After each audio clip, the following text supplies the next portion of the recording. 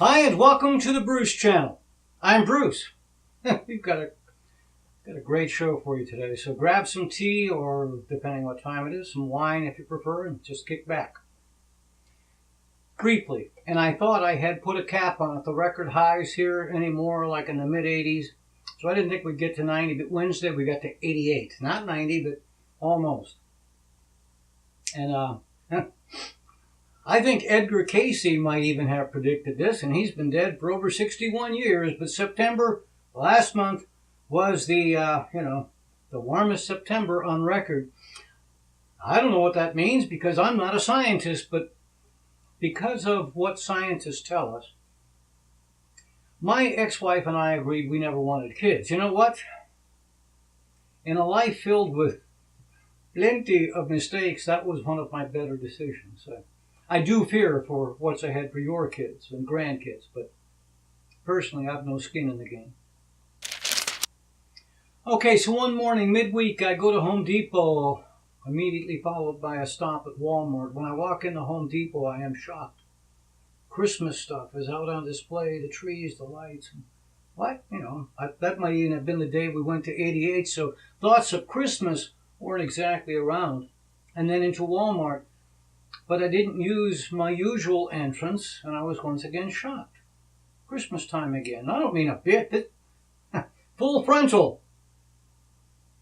Now, as I do tend to hate Walmart, but the local store manager and I have a good rapport. In conversations, he has told me there's lots of things he would do differently, but everything is prescribed by the home office in Benton, Arkansas, and I mean everything. This variety, this flavor, this brand of dog food, they dictate on which shelf, where on which shelf, how many spaces it occupies, everything. So, as it happens, he was in the store that morning, and I told him I understood it wasn't his decision, but that I nevertheless decried the full frontal Christmas, and he agreed with me. It made me feel bad. Then he further pointed out that it had been up already for 3 weeks. That takes it back to September. I'd missed it because that's not the entrance I typically use, but I am dumbfounded.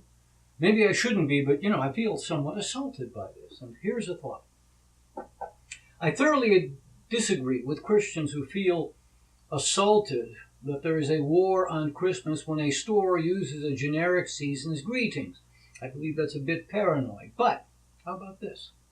Although you and I may not live long enough to see it, isn't Christmas being diminished a bit every year by bringing it earlier and earlier into the calendar? I do not see how it becomes and remains special if the season ends on January 2nd, but then begins anew on January 22nd. Project the math. But maybe there's hope. There is a larger than ever, well, not ever, once upon a time there was no such list, but the list is growing, retailers, large retailers who will be closed all day on Thanksgiving. Walmart's not on that list, of course, but it includes Barnes & Noble, Bed Bath & Beyond, Burlington, Cabela's, Costco, Crate & Barrel. Who? Crate & Barrel. I don't know. Dillard's, DSW, GameStop, Guitar Center, Harbor Freight, Hobby Lobby, Home Depot, IKEA, Joann Fabrics, Joseph A. Bank, Lowe's, the entire Mall of America, Marshalls, Mattress Firm, Menards, Neiman Marcus, Nordstrom, Office Depot, Office Max, Patagonia, Petco, PetSmart, Pier 1 Imports, Publix, Sam's Club, which, by the way, isn't Sam's Club, Walmart? Why can't they fix that? Anyway, Sierra Trading Post, Staples, The Container Store, and TJ Maxx. All right, so I have some good news and some bad news. The good news is there are no more debates. How do you spell relief? The bad news is one of these two is going to be elected president. So, did you watch the debate? Briefly, I promise. For a while, it did seem as if the people around Donald had finally convinced him to not act up. It was certainly, for a while, his best performance, and I mean by far, but he seemingly can't help himself. They started the insults, the interruptions. Hillary would quote him on something, actually, that we'd all heard him say, seen him say on film. And then he would, I don't know, is he crazy? Because does he not remember saying those things? Anyway, even though he had done better than any other, he then refused to say that he'd accept the outcome of the election, instead saying, we'll see. And that's pretty remarkable. So moderator Chris Wallace gives him a chance to walk it back, and he doesn't. And that became the story. And not only where you'd expect, like on maybe MSNBC or the Washington Post, no, everywhere. How bad? Conservative Don Hewitt calls it a disqualifying comment. And, you know, he had some other weak moments too. Conservative pundit, no, wait a minute. I almost said conservative pundit Glenn Beck. That's Don Hewitt. Glenn Beck is an arch-conservative pundit. Glenn Beck, during the debate, he tweeted twice. Once during the debate, "You've got to be kidding. Trump doesn't even know what partial birth abortion is." And then immediately afterward, when Trump says he respects women, that does include him saying such a nasty women sick in a presidential debate. But here's the real indicator of how bad it was. I spoke last week of the difference between click your favorite polls and scientific polls. Click your favorite, or vote for whom you think won this. Two fatal flaws. One, it's not that difficult to stuff the ballot box, vote more than once. And two, any site's visitors are likely those who hold the same bias. Whichever way, MSNBC's might be liberal, Fox would be conservative, and as far as any right side, Breitbart News is right. Really far right. I mean, Breitbart, their head guy is on leave, as he is CEO of Trump's campaign. Anyway, their poll, as voted by their likely hard-right visitors, as of roughly 9:30 the following morning, their poll said Hillary won. And that is a headline. Quick mention of Alex Jones. I said last week that after Hillary made it through 2 debates, he had just kind of gone dark on the subject of her health. No more dementia, no more Parkinson's, no more falling over. Oops, earlier this week, I guess he can't help it either. He again said she's going to drop out, this time by the end of this upcoming week. And her spot on the ticket would be taken by Michelle Obama. Now, if you want to see a kook in full meltdown mode, Google Alex Jones in the final debate. Look for the debate date, which was October 19th. See, he was live during the debate. He was there. I think the camera was here, and over there was a screen where he was watching and commenting and sometimes applauding. If you wanted to watch the debate, actually you would have had a hard time, because when she spoke, as often as not, he'd have her audio dialed down so he could scream at the screen. Scream at the screen. Easy for me to say. Sometimes he was just incoherent. What the hell? You steal the Haitian money. You're a criminal monster. We have the emails. You want our guns. You lie about everything. You're a monstrous pig picked by the globalists to curse this country. But among the understandable vitriol that was heard, damn woman, piece of trash, monstrous pig, evil, wicked witch, frickin' lying whore, pig. This is clearly a sick man. Now, he does have an audience, but he is a sick man. This man says that the Sandy Hook massacre was faked. And he also says that our government, the United States government, when George W. Bush was president, he says that government was responsible for the 9/11 attacks, that it was a false flag operation. Hey, let me tell you about my book, Shrink. Or wait, I can let others do it.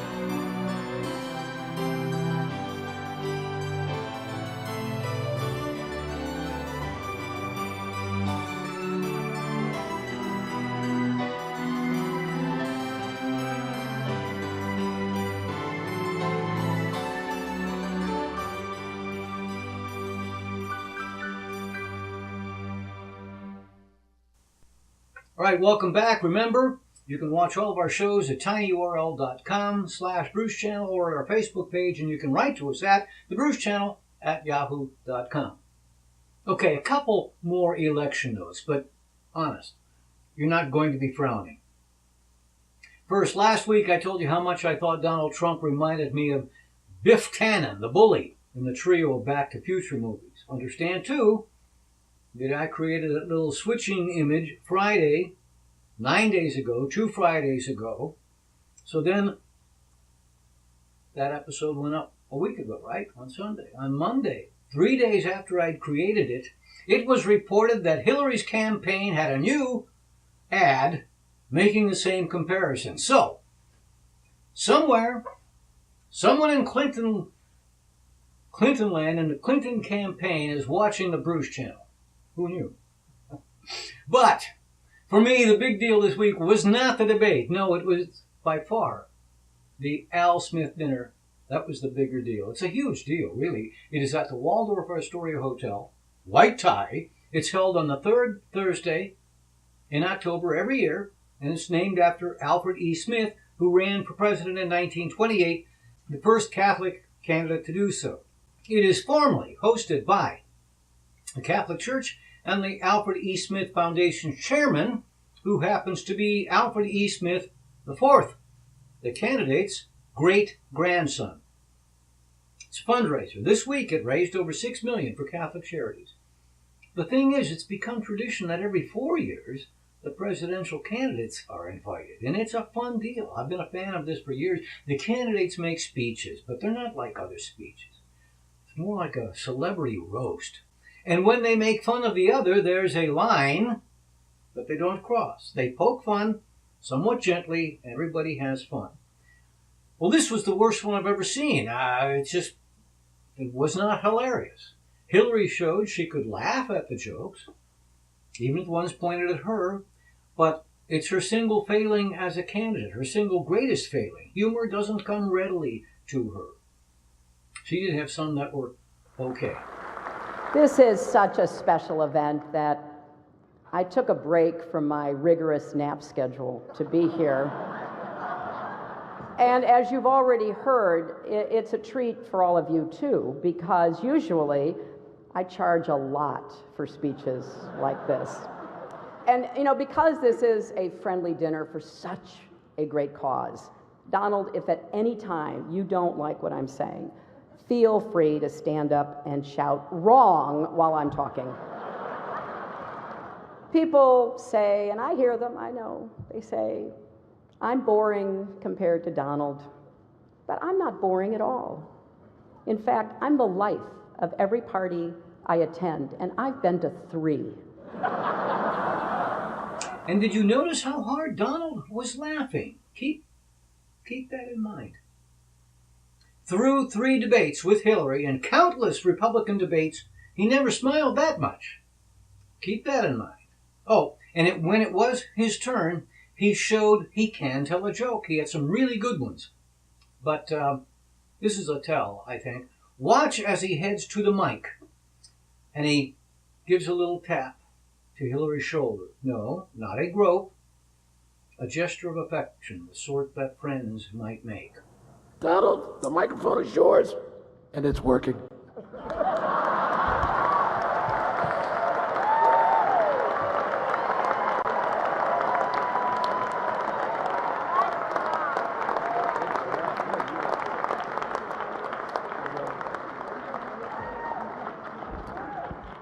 Thank you, Al. Wow. That was good. I do recognize that I come into this event with a little bit of an advantage. I know that so many of you in the Archdiocese already have a place in your heart for a guy who started out as a carpenter working for his father. I was a carpenter working for my father.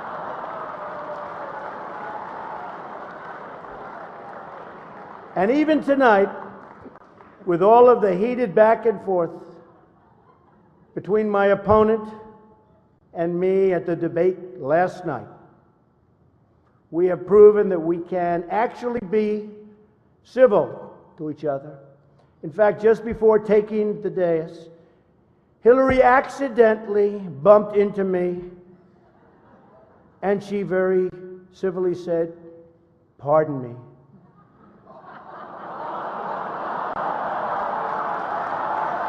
But I really have to say, the media is even more biased this year than ever before, ever. You want the proof? Michelle Obama gives a speech, and everyone loves it. It's fantastic. They think she's absolutely great. My wife, Melania, gives the exact same speech. And people get on her case. And I don't get it. I don't know why. But then he crossed the line. He goes dark. Most of those dinners are just fun. This one actually got booze. For example, here she is tonight in public, pretending not to hate Catholics.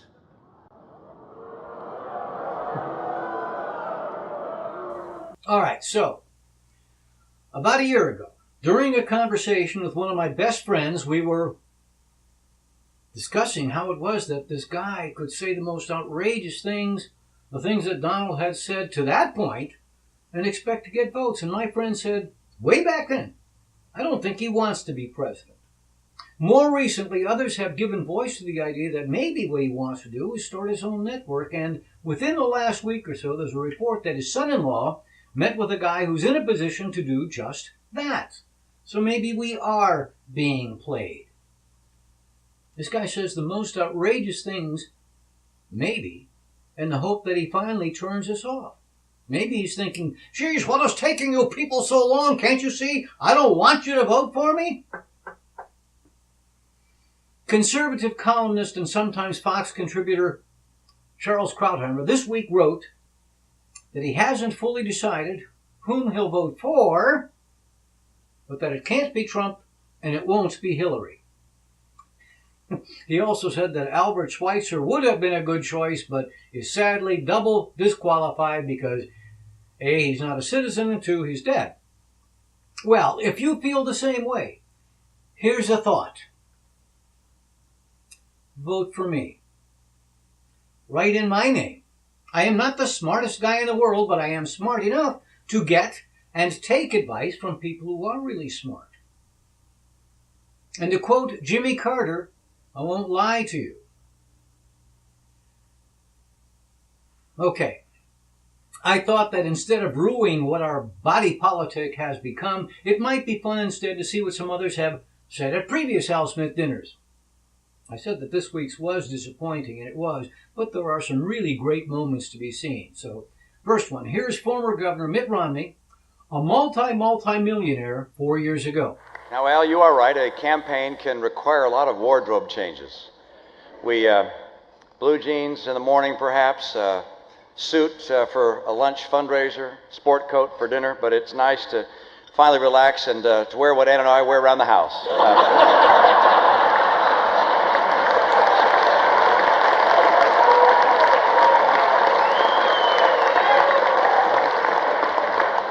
I was actually hoping the president would bring Joe Biden along this evening, because he'll laugh at anything.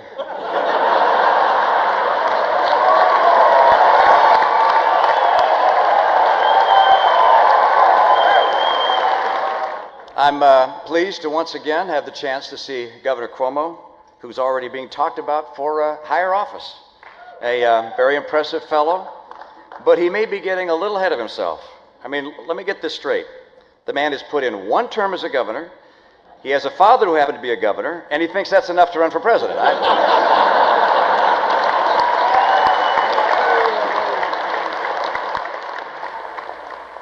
See, that's what you're supposed to do. Make fun of yourself. He's rich. Everyone knew it. John Kennedy, during his first congressional campaign in 1946, spoke before a group, and this was a congressional campaign. There were several candidates, and they had already spoken. Each of them pointed out how they'd come from modest beginnings, they had worked hard to get where they were, etc., etc. So John Kennedy, he spoke, and he began with, well, it's clear that I'm the only candidate here who didn't come up the hard way. And during his campaign for president, he joked of receiving a telegram from his also known to be very rich father. The telegram said, "Only buy the votes you need. I'm not going to pay for a damn landslide." That is deft humor. Barack Obama gave as good as he got 4 years ago.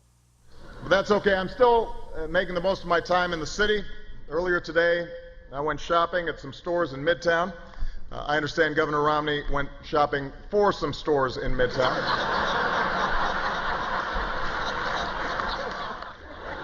Ultimately, though, tonight's not about the disagreements Governor Romney and I may have. It's what we have in common, beginning with our unusual names.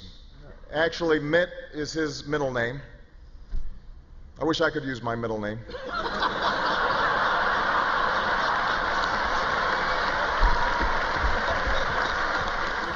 But overall, I thought the best performance I'd seen, not necessarily the single best joke, but the funniest body of work was from Senator John McCain 8 years ago.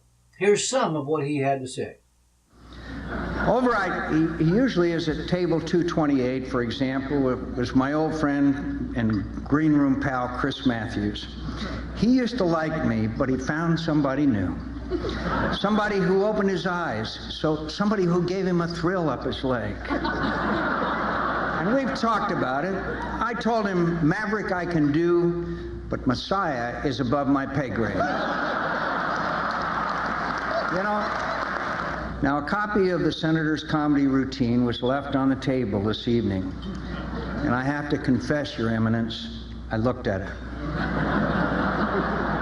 Now, of course, it would be unfair and even a little unkind to put my opponent on the spot before he gets up here, or to throw him off his game with unreasonably high expectations.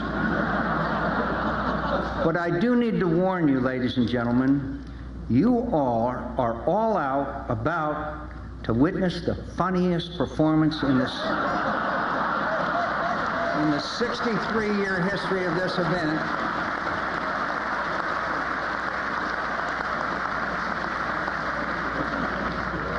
Let's not add to the mounting pressure he must be feeling.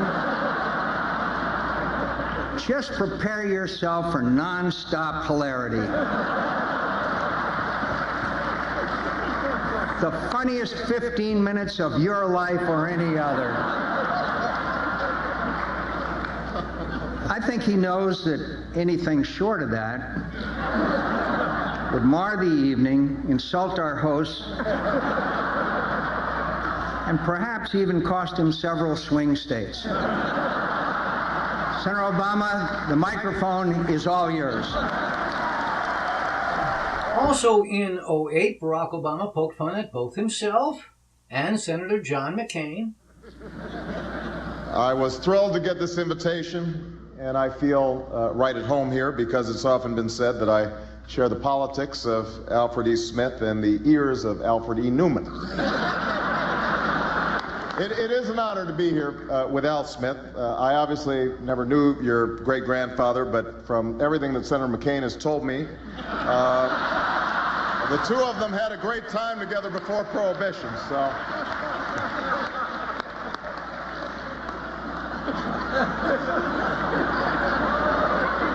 Wonderful stories. The mayor of this great city, Michael Bloomberg, is here. The mayor recently announced some news, made some news by announcing he's going to be rewriting the rules and running for a third term, which caused Bill Clinton to say, "You can do that?" And you can see he's laughing helplessly, he's applauding. John McCain loved it. The two of them had some really tough debates, and it is said that he genuinely doesn't like Barack Obama. But nevertheless, you could see he thought those jokes were great. He was enjoying himself. Still, maybe the funniest single line ever, maybe, came from W in 2000. This is an impressive crowd, the haves and the have-mores. Some people call you the elite. I call you my base. All of these and others, you can see them in their entirety. Sometime when you want 15 minutes just of fun, Google Al Smith dinner presidents, something like that, and have some fun. So it's really hard to believe, but since, it's 4 weeks since I spoke of the impending end of baseball season. And I lamented the fact that, despite my Indians having had a good season, they weren't likely to go deep into the playoffs, as they lost half of their starting pitching to injury in just the last couple weeks of the season. To advance in the playoffs, first you have to win 3 in a best of 5, then you have to win 4 in a best of 7, and then win 4 again in another best of 7. That's 11 wins in a short span of time, and that's a lot of games.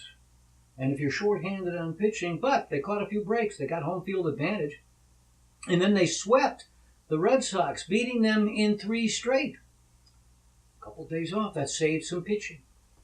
And it took 5 games, but again, winning against Toronto, and they did it quickly.